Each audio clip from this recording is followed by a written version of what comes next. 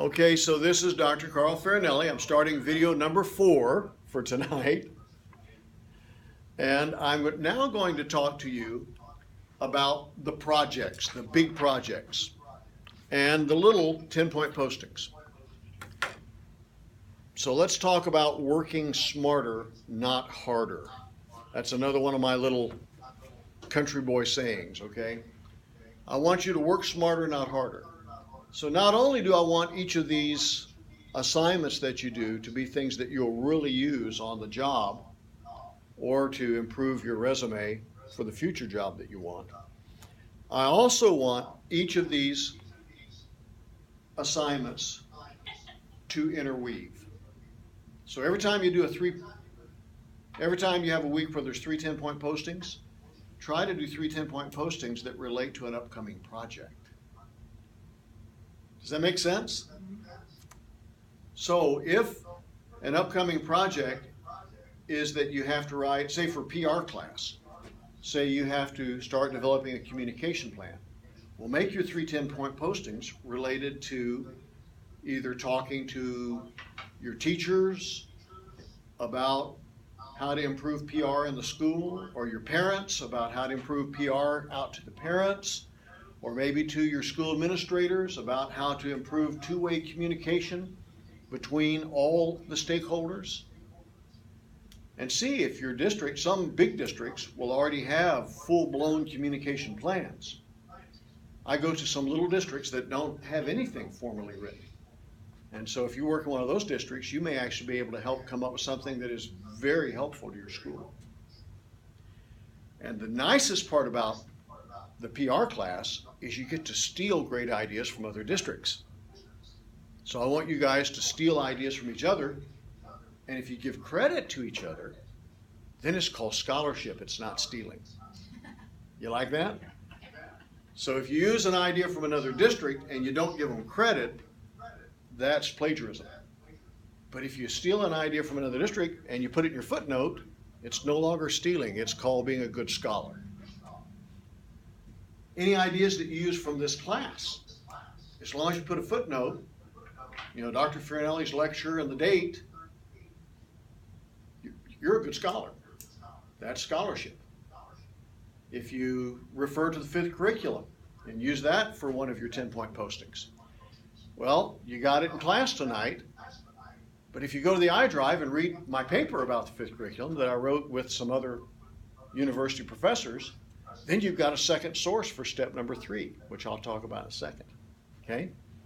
So, on the 10-point postings, try to make those relate to the bigger upcoming projects. For example, if in the curriculum development class, that's the big broad introductory class that everybody takes in our graduate programs in education, in that class, the 5th curriculum, the 5 levels of curricula are just basic information. But if you're taking the facilities class, then the 5th curriculum is how can you make the facilities aid the education to be more effective? How do you connect curriculum with facilities? Well, certainly you want to have safety, right? You have to have safety. Maslow tells us that. Kids aren't going to learn. You're not going to be able to do anything in your life if you don't feel safe and secure, right? That's that most basic level. So we know that you have to have security. So guess what the last project in PR will be? Are you here to help us out? Yeah. Okay, hold on just a second. Let me finish this video, and then I think we have linked to BA and they can now see and hear us. And I don't know if anybody ever showed up over at Muskogee or not. Okay. I was talking to the tech in Muskogee. I'll just text him and see. See if anybody's over there, if it's just a dark room, because all I get's a dark room here, but I could be calling the wrong one. Okay. So, work smarter, not harder. Try to make your small 10-point postings get information and outside resources and the research that you need to do for the big projects. So always be looking ahead. And then, if you want to make your final part 3 that's due on week 16 on Wednesday, not Sunday, It's the only assignment that has to be in by midnight Wednesday rather than midnight of Sunday, because I have to have grades in by 5 o'clock Friday. So you have to have your assignments to me, give me 2 days to grade them. So if you want to make that last assignment, the bag of tricks that you do in all my classes, if you want to make that already done for you, then think about, as you do all of your 10-point postings in each assignment in this class, think about, is this an idea that I really like? Is it an idea I really use? And if it is, put it over there to be a possible part of your bag of tricks.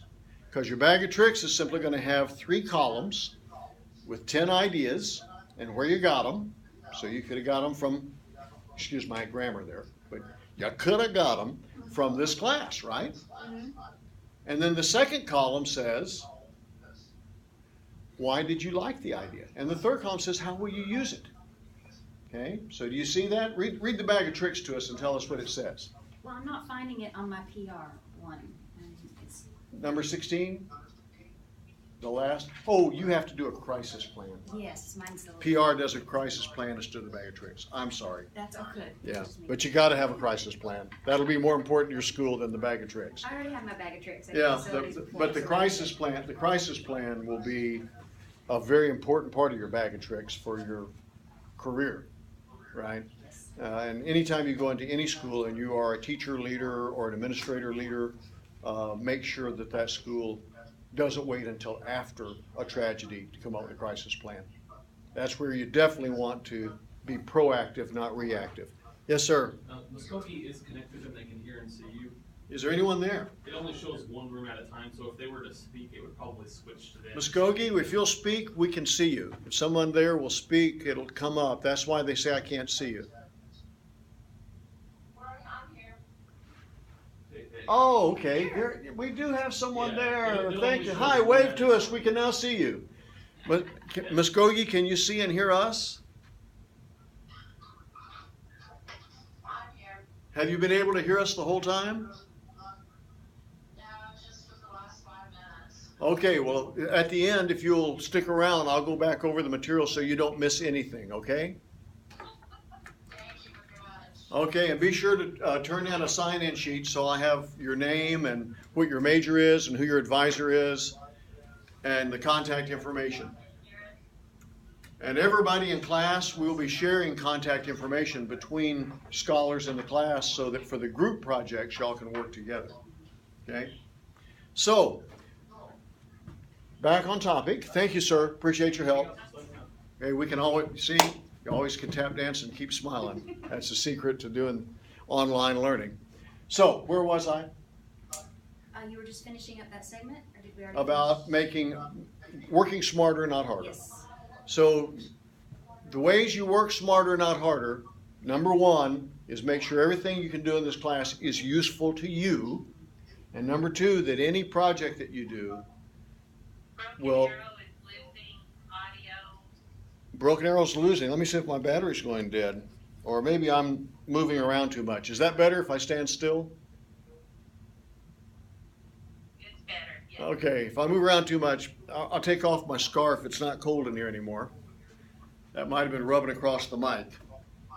So, guys, working smarter, not harder means that you can use every assignment.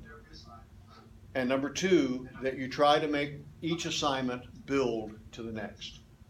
Number 3, the final idea, is be sure you know what your portfolio assignments are. If you're in a program, if you're in a master's program that has a program portfolio or stand and deliver or final practicum of any sort, try to make things from this class help you out for that final project. So I would tell all of you, if you're in school, how many of you are in school administration? Raise your hands again. 2 of you here. How about BA? Is everybody there in school administration? 1 is not? Okay. What program are you in? The gentleman in the second row, what is your major? Okay, good. And then Muskogee, what program are you in? School admin. Okay, well, how did I get all school admin people tonight? That never happens. So if you're in school admin, then I can give you the easy version. Go to Dr. Farrell's website that's listed along with your courses. There is a school administration program website that Dr. Farrell has organized for you, and it has all of the portfolio requirements in there. And so 2 of the classes I'm teaching, the public relations class, oh, excuse me, something just hit me. I'm gonna be ready in case that sneeze comes. 2 of the classes I'm teaching have embedded projects for your portfolios that I didn't design. They were designed by the program head, which is Dr. Farrell and Dr. Shortick, I believe. But anyway, public relations and facilities both have portfolio projects. Now, curriculum development, there is a project in there that says either a case study or, if you're a school administration major, a portfolio project. So for that one, look at the internship. It's the one that will relate directly to the curriculum development class. Okay? But if I was in facilities, you're in facilities, I would think about how to do the space, the 7 resource variables in your plan. You probably haven't heard of that yet. But once you're doing a plan, I'll talk about Popeye here in a minute. Ask me, what is Popeye and what are the 7 resource variables? And I'll give you a great way to incorporate everything you do in your facilities class into the portfolio project. Same thing for PR.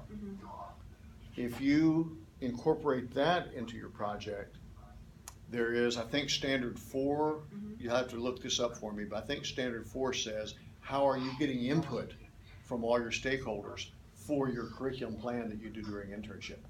So you could do that in this class and have it done. That's right. Working smarter, not harder, right? So what other classes are being represented here so I can give you some ideas of how to make this class work for your whole program? Public school relations. Okay, public school relations. That class is the best class to develop your portfolio items for standard 4, which is including input from all your stakeholders. Coming up with a system to include input from all your stakeholders for all curriculum improvement that happens at the school. Anybody need me to say that again? In the curriculum, in the curriculum development class, you could actually develop a early version of your curriculum improvement plan. As a part of that, you want to see how to use public relations to include input from all your stakeholders. And in the facilities class, you want to say, what does our building need, or what do the grounds need, or what does technology need to best deliver a curriculum improvement project at the school? And of course, safety is always a part of that too. Okay, and energy, use reduction, saving money, things of that sort. There's just so many different ideas you can do in the facilities class. But one of the things you can do is how to make a space reach more styles of learners. Okay, so, hey, did we just have somebody join us at Muskogee? Yeah, there's 2 or 3 of us now. Glad to have you. Were y'all in the wrong room, or what happened? No, they've had some technical problems. Okay, did they move you to? It's good to have you with us. So, I'm going to end that video. So that was topic number